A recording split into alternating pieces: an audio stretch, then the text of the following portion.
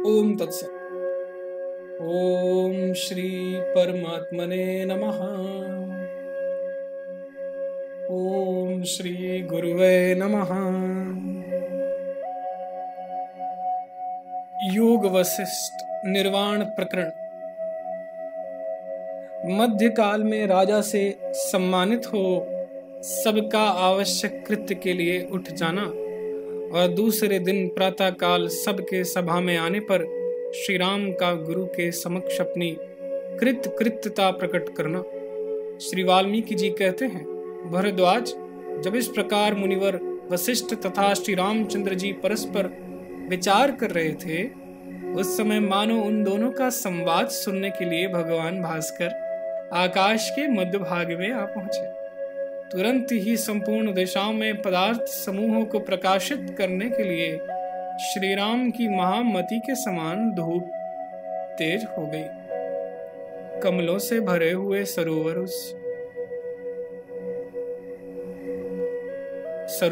उस सभा में बैठे हुए हृदय कमल के खिल जाने से विकसित आकार से सुशोभित राजाओं के समान बड़ी शोभा पाने लगे। इतने में ही मध्याह्न काल की सूचना देने वाले शंख मुखों की स्निग्ध उद्गम वायु से पूरित हो प्रलय काल की प्रचंड वायु से व्याप्त हुए महासागरों के समान गंभीर घोष करते हुए बज उठे। उस समय निदाघ की ज्वाला को शांत करने के लिए सौभाग्यवती स्त्रियों द्वारा छिड़के गए कर्पूर मिश्र जल से वहां नूतन जलद माला सी छा गई। फिर महाराज दशरथ समस्त सामंतों, भूपालों, परिजनों एवं अंगरक्षक सेवकों आदि के साथ सभा से उठे। मुनिवर वशिष्ठ, श्री राम तथा संसद के अन्य सदस्य भी उठ गए। राजा, राजकुमार, मंत्री और मुनि परस्पर एक दूसरे से सम्मानित हो बड़ी प्रसन्नता के साथ अपने अपने निवास स्थान को गए।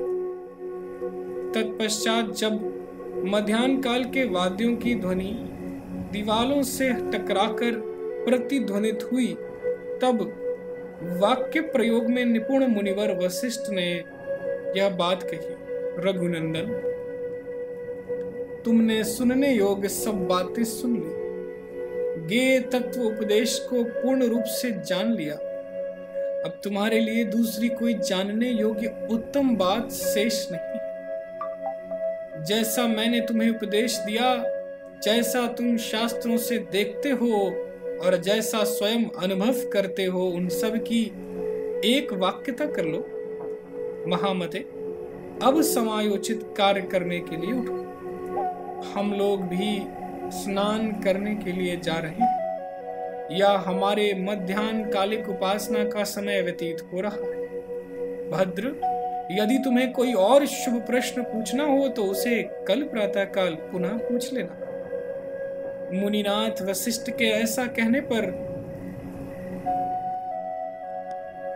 धर्मात्मा राजा दशरथ ने उस सभा में आए हुए समस्त साधु पुरुषों, मुनियों, ब्राह्मणों, राजाओं तथा आकाशचारी देवताओं का भी वशिष्ठ आदि की बताई हुई विधि से श्री राम के साथ पूजन किया।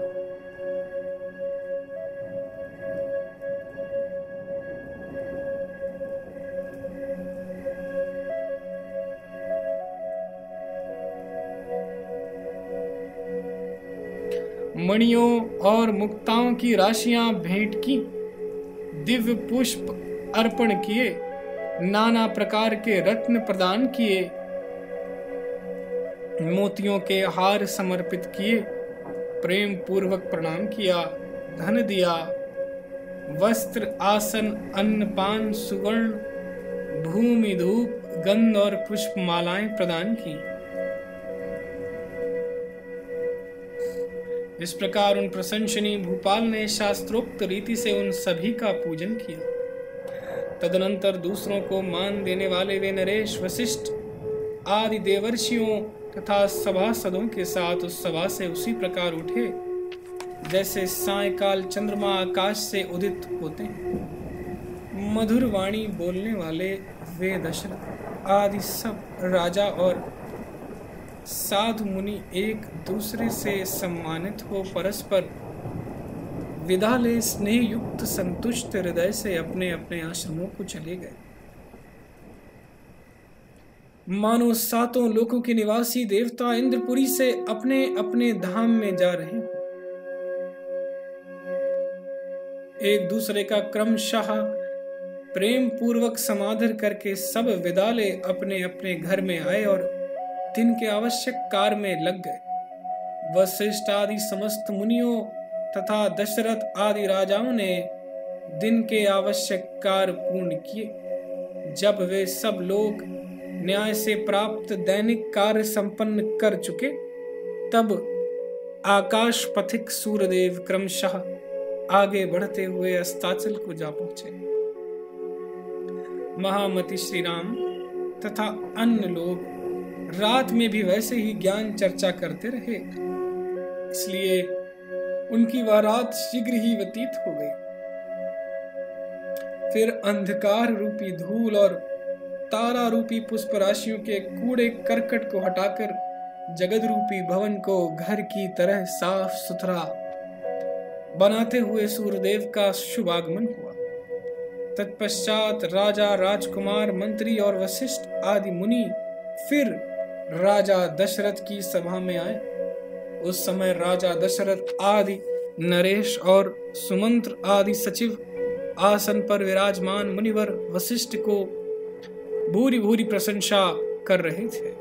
कमल नयन बुद्धिमान श्री राम गुरु और पिता के समान उपस्थित हो कोमल वाणी में इस प्रकार बोले।